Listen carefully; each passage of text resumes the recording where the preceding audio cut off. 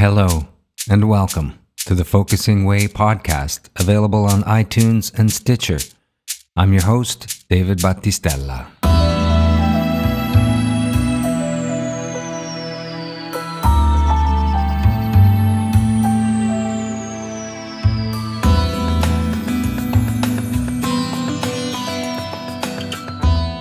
Welcome to part 2 of our conversation with Karen Liebengut of Green Space Life Coaching.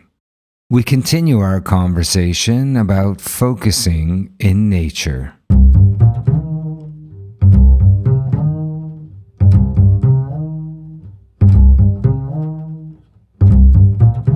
And I'm sensing that even you in your work are drawing on that nature. What effect is that having on you when you're able to slow down to the pace of nature in that park? Yeah. What's that bringing to your ability to help or be present? Well, in nature, outdoors, whether it's in my local park or in the countryside, that's really where I'm most at ease, where I feel most at home, most content, most connected to myself and sort of to the world. And when I'm outdoors in nature then and I slow down, I'm present, I feel grounded, I feel patient, and I feel spacious to offer something of value to my clients. So by being in the environment that is conducive and beneficial to me and where I feel at ease and most resourceful, I feel that then I can offer something of value to my clients and really create sort of safe focusing space and space in which clients can explore some deeper experience. It sounds like a very supportive environment for you as well. Very much, yeah. And of course, it's when I'm in a good place and I'm calm and spacious and open, and when my heart is open and my mind and my soul, of course, then that has an impact on my clients. Then that can be very inviting and trusting. And I always hope inspiring, and I can offer something that is helpful. So lovely. So, although we're talking about when people are together and we're focusing, and even though we can solo focus, and that's something people do, focusing partnership is really sort of the cornerstone to the entire process that you're speaking about. Maybe could you talk a little bit about the power of focusing partnership?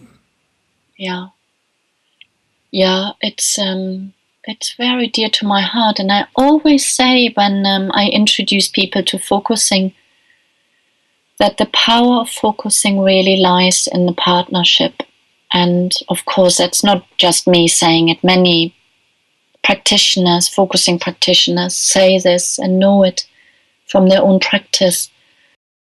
And I think it's sort of, although it's sort of complex, of course, as any process is between two people, because we are complex human beings. But really, it's quite simple, I think. The power of focusing lies in the fact that there are two people in the focusing partnership, the focuser and the listener. And the power lies in the reflecting back, that there's one person who shares some of their experience of what's going on for them. and that the listener reflects some of that back. And the reflecting back to the focuser allows the focuser to explore more deeply their experience, to drop deeper into their experience, to know more of what's actually going on at a deeper level. That's the power for me, the power of having two people and the reflecting back. I mean, where else do we have that in our life? Where we have someone who deeply listens to us and reflects back what they hear so that we can check, is that right? And then you can let that resonate and check again and yeah, that's what it is. No, that's not what it is. Let's see, what is it? And it's such a powerful process of exploring what is it that's going on inside, because sometimes we sit with these, I'm sure everybody knows this, and I have this, I sometimes feel there's something niggling me, or there's something that feels uncomfortable inside, and I just can't quite figure out what's going on. And the focusing process allows me to explore what is it, and then all of a sudden I feel clear, or something shifts, or I think, that's what it is about, or yeah, it's powerful. Mm-hmm. It's so important how you mentioned the listening, and of course, sort of in focusing, we take turns, and people take turns focusing and listening. But it's the role of the listener so important in the sense of holding space while you allow another person to experience what they're going through, or to explore what they want answered. Yeah. And doing it in a way that is sort of supportive and holding the space. Could you talk a little bit about the role of the listener in the process? Yeah. I've always been very interested in the role of the listener, because sometimes, for my liking, the role of the listener doesn't get enough attention and enough praise in the focusing world. But I actually think we need both, and both have equal importance in the focusing partnership. Often, of course, in focusing, it is sort of stressed that the process belongs to the focuser, and because they explore their experience, and it's very important in focusing that the listener doesn't interpret what they hear and reflect back, that they don't analyze, that they don't comment or make suggestions. Because often in our sort of culture, we think we need to give advice, and we think we need to solve problems and fix things, and often it's very well meant, of course, but it's often the least what we need when we have something we need to talk through. So, of course, the process belongs to the focuser in the focusing partnership. But without the listener, the focuser can't go deeper in exploring their experience. So the role of the listener is crucial in the partnership, because they hold, as you said, they hold together with the focuser the space.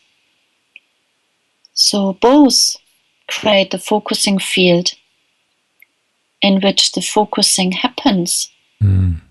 And focusing can only happen when there is a focuser who is willing to share some of what they are noticing inside, and then the listener reflecting back some of what they have heard in the language of the focuser, and then give the focuser time to check back whether that resonates. And it's the listener who encourages the focuser to perhaps describe whatever is there, what it feels like in the body.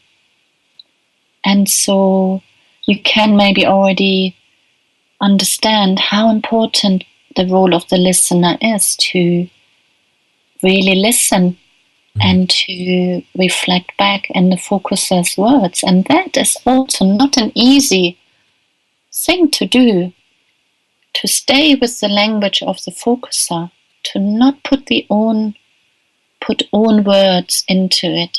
And that's a real skill. Listening, and then also really, really being precise and remembering what they've heard. So that's a few things, I think, the core things why I think the role of the listener is crucial, and what the role is really, what it involves, because one could think, oh yeah, the listener listens. But of course, there's a lot to it. Everything you're saying is reminding me so much of how important I had aha moments as a focuser. Yeah. Because the listening is so important when you're listening to your own inner voice. Mm-hmm. And can we really be there present to listen to that voice in the way it's coming? Mm-hmm. So the listening for others gets translated so beautifully into our own focusing when we listen to ourselves with that same sort of holding attention and awareness. So I think the role of the listener is so important because it makes people much, much better focusers because of the style of listening and attention and awareness they can bring to themselves. Absolutely. Mm.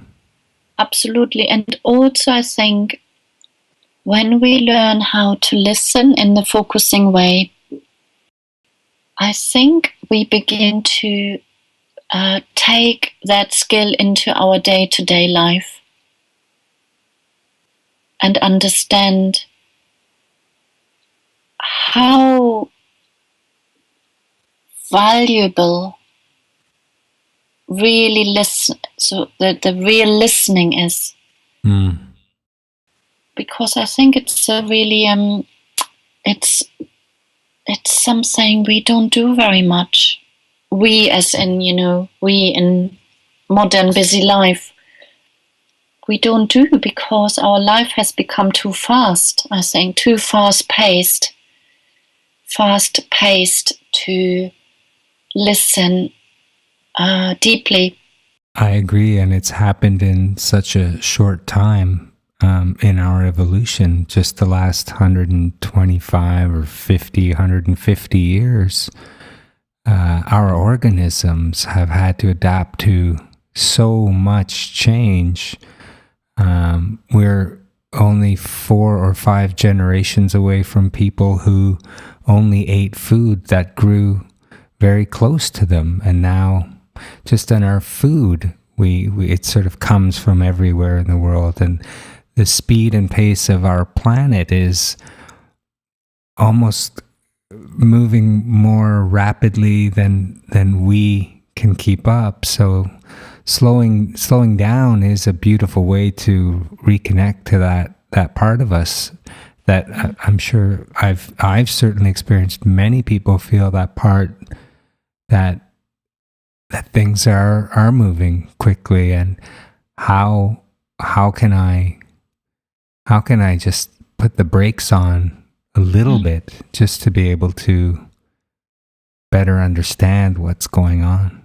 Yeah. So it's greatly helpful, I think, focusing and listening for our day-to-day life, because we can bring little focusing moments into our day-to-day life and have moments where we can listen in that way to ourselves and keep some of ourselves a company and listen to ourselves in that way.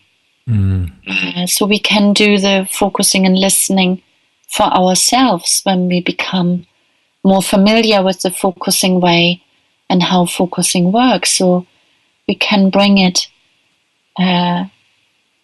into our lives and enrich our experience of our life, deepen the experience of our day-to-day life through focusing. And I think having another person being our companion or listener is the most powerful, because then we only have to be the focuser or the listener. So only fulfill one role.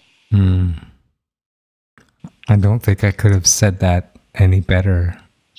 It feels so right that's just a really nice place for us to close our conversation today, our focusing oriented conversation.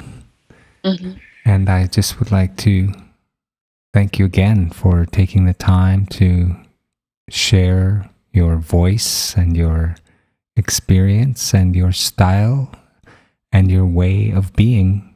It's been a pleasure. Thank you.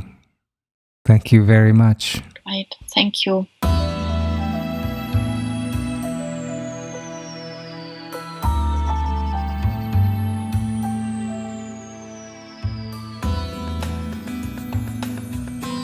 You've been listening to the Focusing Way podcast, available on iTunes and Stitcher. I'm your host, David Battistella.